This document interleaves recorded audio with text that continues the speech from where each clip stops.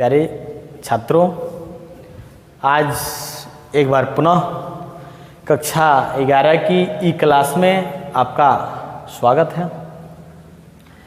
इस क्लास में हम लोग मोशन इन स्ट्रेट लाइन में थर्ड इक्वेशन ऑफ मोशन पे चर्चा करेंगे। तो आज का जो हमारा टॉपिक है मोशन का जो थर्ड इक्वेशन है, इसे हमें प्रूफ करना है और वो भी हमें कलन विधि से प्रूफ करना है। तो हम सबसे पहले यहाँ पे लेते हैं वी नो दैट, हम जानते हैं, आप भी जानते होंगे क्या भाई। तो एक इंस्टेंटेनियस वैल्यू और वो भी एक्सेलरेशन का होता है D v upon d T. यदि हम बायां पक्ष के दायां पक्ष के दायां पक्ष में ds से गुणा और भाग करें और भाग करने पर, यानी कि हम लिखें कि यदि दायां पक्ष में ds से गुणा और भाग करें तो a बराबर क्या होगा, ध्यान दीजिएगा, होगा D v upon d t into ds अपान ds। इनको हम इंटरचेंज कर लेंगे एक दूसरे के, यानी कि a इक्वल टू तब आपका क्या हो जाएगा, तो होगा आपका ds upon d t into d v upon d s. और d s upon d t is called v. V का जो फॉर्मूला होता है वो होता है d s by d t, यानी कि मैंने बताया कि d s upon d t is called v, that's a equal to v into d v upon d s. Then ADS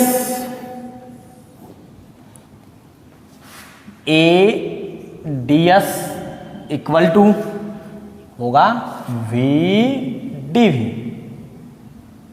हम इसको ऐसे भी दिखा सकते हैं कि VDV इक्वल टू ADS, ठीक है। अब हम यहाँ लिखें कि दोनों पक्षों का समाकलन करने पर, दोनों पक्षों का समाकलन करने पर, समाकलन करने पर हम दोनों पक्षों का यदि समाकलन करें तो होगा क्या, तो होगा इंटीग्रेशन ऑफ भी डी भी, और इसका लिमिट हम लगाते हैं u टू भी इक्वल टू, ये क्या होगा integration of A D s, और इसका लिमिट क्या होगा 0 टू s। यदि हम इसको इंटीग्रेट करें तो आपको हम इसके पहले भी बताए होंगे कि integration of x to the power n d x equal to एक फार्मूला होता है कि x का power n plus one upon n plus one, मतलब पावर में एक की वृद्धि होती है और पावर से ही हम भाग देते हैं। तो यहाँ भी है, यानी कि क्या हो जाएगा भी स्क्वायर और अपान क्या होगा 2 हो जाएगा, और इसका लिमिट जो होगा वो होगा क्या u टू भी इक्वल टू। यदि हम इसकी बात करें तो इसमें यस है नहीं, यानी कि डायरेक्ट आपका हो जाएगा a इंटू एस, और इसका लिमिट क्या होगा 0 टू s। तो अब हम इसमें लिमिट को अप्लाई करते हैं, और लिमिट अप्लाई करने का तरीका मैंने आपको बताया इसके पहले भी कि upper limit minus lower limit, यानी कि अपर लिमिट क्या है भी है, तो एक बार हम इसमें भी की जगह पे भी रखेंगे, यानी कि भी square by 2 minus lower limit, और लोअर लिमिट क्या है भाई, तो है u, यानी कि u स्क्वायर बाई क्या हो जाएगा 2 हो जाएगा इक्वल टू। इसमें अगर हम लिमिट अप्लाई करें तो होगा s माइनस 0। देन यदि 2 इसमें हम एलसीएम ले लें तो ये आपका क्या होगा v square minus u square equal to A into s, ठीक है। अब फिर इसमें हम बटे 1 करके तिर्यक गुणा करें तो फाइनली रूप में आपको क्या प्राप्त होगा, तो होगा v square minus u square बराबर होगा 2as। ओके, तो अब यहां से हम बात करें वी स्क्वायर की, तो वी स्क्वायर बराबर क्या हो जाएगा, U square plus twice S, और यही आपके गति का तृतीय समीकरण। तो गति के तृतीय समीकरण का हमने निगमन किया और आपने देखा कि मैंने कैसे निगमन किया। अब हम एक तरीका और इसमें अगर हम संशोधन करें, जैसे मान लीजिए कि यहां तक मैंने जो काम किया वो वही रहे, समाकलन करने तक भी वही रहे, और यहां लिमिट हम ना दिखाएं, ठीक है। तो आगे का प्रोसीजर क्या हुआ, इस पर थोड़ा गौर करिए। गौर करने वाली बात क्या है, ध्यान देंगे। यदि हम इसको इंटीग्रेट करें तो होगा v square by 2 equal to, ये क्या होगा, ए एस अब प्लस क्या हो जाएगा, सी होगा। मैंने बताया था कि integration of X to the power N D x equal to X to the power N plus 1 upon N plus 1 plus C भी होता है। किस स्थिति में, जब यदि आप लिमिट को अप्लाई नहीं करते हो, उस स्थिति में आप इसमें कांस्टेंट सी भी दिखाते हैं। अब हम इसको यदि इक्वेशन नंबर फर्स्ट दिखा दें और एक कंडीशन अप्लाई करते हैं, कंडीशन क्या अप्लाई करें, यदि t बराबर 0 तो उस स्थिति में जो यस होगा वह भी 0 होगा, और जो भी होगा वो किसके बराबर होगा, u के बराबर हो जाएगा। को हम समीकरण 1 में रखें, यानी समीकरण 1 में रखने पर, अब समीकरण नंबर 1 में हम इसे रखते हैं। समीकरण नंबर 1 में अगर रखेंगे तो क्या प्राप्त होगा, इसको ध्यान दीजिएगा। तो ये आपका प्राप्त होगा, यहाँ भी की जगह पे हमें क्या रखना है, u दिखाना है, यानी कि आपका हो जाएगा U square by 2 equal to A into S की वैल्यू क्या, 0 मैंने दिखाया है, अब plus C, then U square upon 2 equal to सी।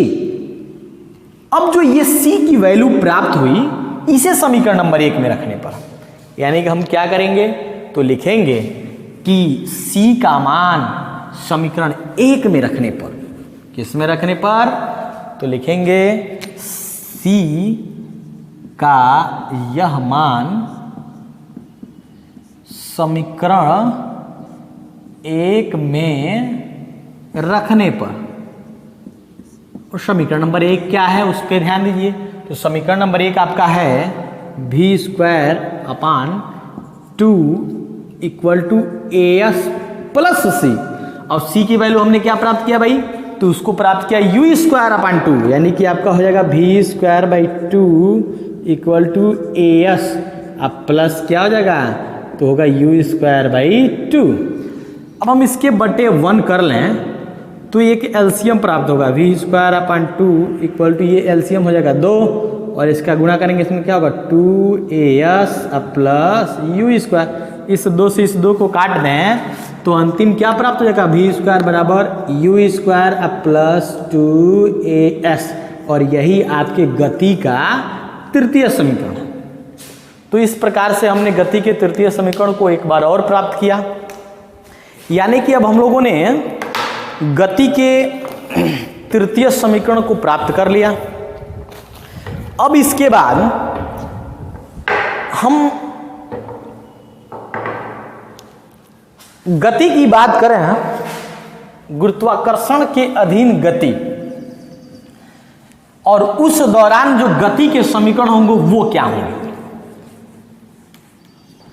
यानी कि जो अगला टॉपिक हम लोग का होगा वह होगा गुरुत्वाधीन गति। और गुरुत्वाधीन यदि गति हो रहा है तो उसके गति के समीकरण क्या होंगे, इस पर चर्चा करेंगे, यानी कि मोशन अंडर ग्रेविटी।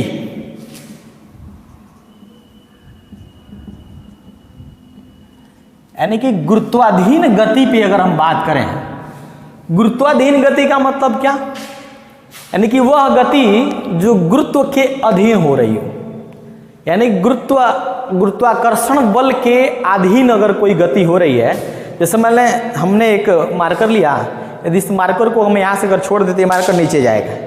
नीचे क्यों जा रहा है? क्योंकि पृथ्वी के अंदर एक प्रकार की शक्ति काम करती है जिसे हम गुरुत्वाकर्षण बल कहते हैं, के द्वारा ये वस्तु को अपनी ओर खींचती है। तो यदि कोई वस्तु ऊपर से नीचे या नीचे से ऊपर की ओर अगर गति करती है तो उसमें जो त्वरण होता है वो गुरुत्वीय त्वरण काम करता है। यानी कि गुरुत्वाधीन जो गति होंगे वो दो प्रकार से होंगे। क्या क्या भाई? तो सबसे पहले नंबर की जो गति होगी वो अगर मान लिया कि वस्तु नीचे से ऊपर की ओर जा रही है, यानी कि अगर हम बात करें कि यदि वस्तु नीचे से ऊपर की ओर जा रही है, नीचे से ऊपर जा रही हो, ठीक है। तो वस्तु जब नीचे से ऊपर जाएगी, उस स्थिति में जो गुरुत्वाकर्षण बल काम करता है वो नेगेटिव रूप में काम करता है, यानी कि जो त्वरण होगा वो -g हो जाएगा और जो इसमें तय की गई दूरी होती है वो हाइट हो जाता है। अर्थात जो गति का प्रथम समीकरण होगा वो v बराबर u प्लस at होता है ना, तो वो at न होकर के होगा -gt। गति का प्रथम समीकरण क्या होगा गुरुत्वाधीन में, और वो भी कब? जब वस्तु नीचे से ऊपर जाती हो। तो उस स्थिति में जो गुरुत्वाकर्षण जो होता है वो गुरुत्वाकर्षण के कारण जो त्वरण काम करता है वो नेगेटिव त्वरण होता है जिसे मंदन कहते हैं, और वो भी कौन सा है? तो गुरुत्वीय त्वरण काम करता है। तो वो माइनस यहाँ लगा देंगे, प्लस at होना चाहिए, लेकिन हम a के जगह पे g कर लिए, अभी माइनस में, तो हो गया आपका v बराबर u माइनस gt। और जो दूसरे नंबर का गति का समीकरण होगा वो होता है s बराबर ut plus half at square, और यश के जगह पे हमें क्या लेना है? तो यच लेना है। तो आपका समीकरण क्या हो जाएगा? तो यच इक्वल टू होगा ut माइनस हाफ क्या होगा? gt स्क्वायर, यानी कि गति का द्वितीय समीकरण ये हो गया। अब गति के तृतीय समीकरण की अगर हम बात करें तो वो होगा v स्क्वायर बराबर u स्क्वायर माइनस 2gh। तो इस प्रकार से गति के तीनों समीकरण ये हो जाएंगे। और यदि वस्तु ऊपर से नीचे की ओर आ रही है, यानी कि अगर हम बात करें यदि वस्तु ऊपर से नीचे जा रही है, तो नीचे जा रही हो, जब वस्तु ऊपर से नीचे जा रही हो, उस स्थिति में जो a होगा वो केवल g के बराबर होगा और यश होगा जो h होगा, यानी कि जो गति का प्रथम समीकरण हो जाएगा वो v बराबर क्या हो जाएगा? u प्लस gt होगा।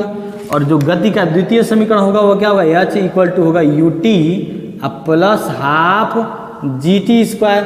और जो तृतीय समीकरण होगा वो होगा आपका v स्क्वायर बराबर u स्क्वायर प्लस 2gh। तो इस प्रकार से गति के तीनों समीकरणों को हम लोग जान गए। कब? तो अंडर ग्रेविटी अगर मोशन हो रहा है तो अंडर ग्रेविटी मोशन कैसे ज्ञात करेंगे, उसकी गति के समीकरण क्या होंगे, ये आप लोगों ने देखा। अब हम मोशन इन स्ट्रेट लाइन के लास्ट टॉपिक की तरफ चलते हैं। मोशन इन स्ट्रेट लाइन का जो लास्ट टॉपिक होगा वह होगा कि किसी विशेष समय अवधि के लिए, किसी विशेष समय अवधि में वस्तु द्वारा तय की गई दूरी, यानी कि वस्तु द्वारा टीवें सेकेंड में तय की गई दूरी। ध्यान दीजिएगा कि वस्तु द्वारा टीवें सेकंड में तय दूरी। एक चीज थोड़ा सा ध्यान दीजिए, इसको समझने से पहले कुछ चीजों को समझना होगा।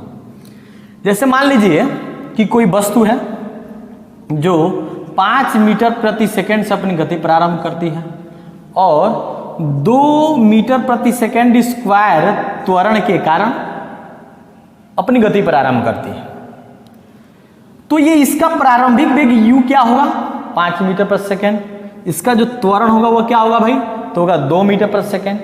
तो इस वस्तु द्वारा अगर हम 5 सेकेंड में तय की गई दूरी की बात करें तो जो 5 सेकेंड में तय की गई दूरी होगी क्या, s बराबर होगा ut plus half at square, direct आप रखेंगे और यहाँ u का मान क्या होगा, तो 5 गुणे t का मान क्या होगा 5 प्लस 1/2 गुणे a का मान 2 गुणे 5, ये कट गया यानी कि 25 अब प्लस 5 यानी कितना हो जाएगा 30 मीटर। यदि हम इस वस्तु के गति पर अगर चर्चा करें तो ये जो वस्तु होगा वो 5 सेकेंडों में 30 मीटर की दूरी तय करेगा।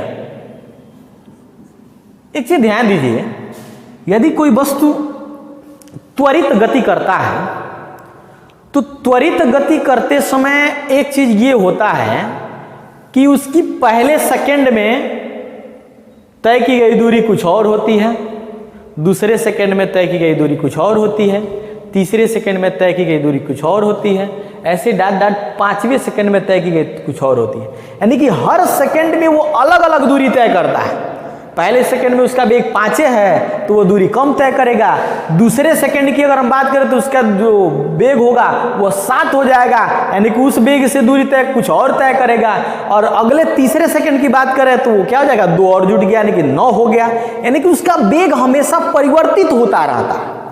और जब वेग परिवर्तित होता रहता है तो हमेशा अपनी दूरी को भी परिवर्तित करते रहता है। हर सेकंडों में वो एक समान दूरी नहीं तय करता है, अलग अलग दूरियों को तय करता है। अर्थात इस प्रकार से अगर हम बात करें तो हर सेकंड में वो अलग अलग दूरी तय करता है।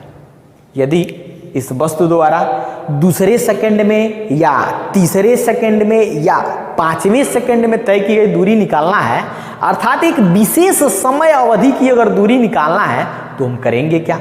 अगर हम सपोज दैट अगर बात करें कि इस गति में जो वस्तु है वो चौथे सेकंड में यानी कि 4वें सेकंड में वो कौन सी दूरी तय करेगा, कितना दूरी तय करेगा, तो हम 4 सेकंड तक दूरी निकाले हैं तो इसमें हम 4 रखेंगे यानी कि यहाँ 4 हो जाएगा, यहाँ पे क्या होगा आपका 4 हो जाएगा, यानी कि 5 को 20 अब प्लस ये क्या हो जाएगा भाई, तो ये 4 यानी कि 24 होगा। यानी कि वो 4 सेकंड में 24 मीटर की दूरी तय कर रहा है और 5 सेकंड में 30 मीटर की दूरी तय कर रहा है। यानी कि 5 सेकंड में तय की गई दूरी और 4 सेकंड में तय की गई दूरी का अंतर हम निकालें, यानी कि 30 - 24 करें तो क्या हो जाएगा 6। यानी कि अगले 5वें सेकंड में वह कितना दूरी तय करेगा भाई, तो वो 6 मीटर की दूरी तय करेगा। ये कहां से आया, तो हमने इसमें देखा आपने कैसे ज्ञात किया। यदि इसको डायरेक्ट अगर हम ज्ञात करना चाहें तो इसके लिए हमें फार्मूला डेरिवेट करना होगा। और वो फार्मूला कैसे डेरिवेट करेंगे, तो ध्यान दीजिए, हम मान लें कि माना कोई वस्तु u प्रारंभिक वेग से अपनी गति प्रारंभ करता है तथा a त्वरण से उसका वेग u से बढ़कर v हो जाता है तथा वह t समय तक दूरी तय करता है। तो हम यहाँ लिख रहे हैं कि वस्तु द्वारा t सेकंड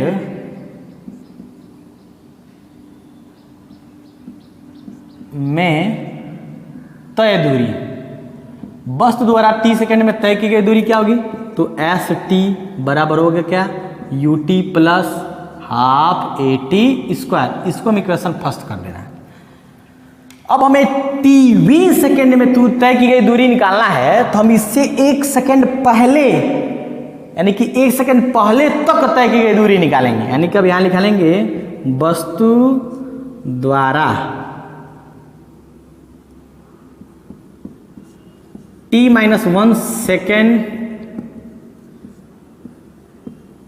में तय दूरी अगर निकालें हम तो क्या होगा यस t-1 और वो हो जाएगा u यहाँ पे t-1 अब प्लस 1/2 a t-1 इसका होल स्क्वायर। ये आपका इक्वेशन सेकंड हो जाएगा। अब हम tवें सेकंड में तय की गई दूरी ज्ञात करेंगे, यानी क्या लिखेंगे tवें सेकंड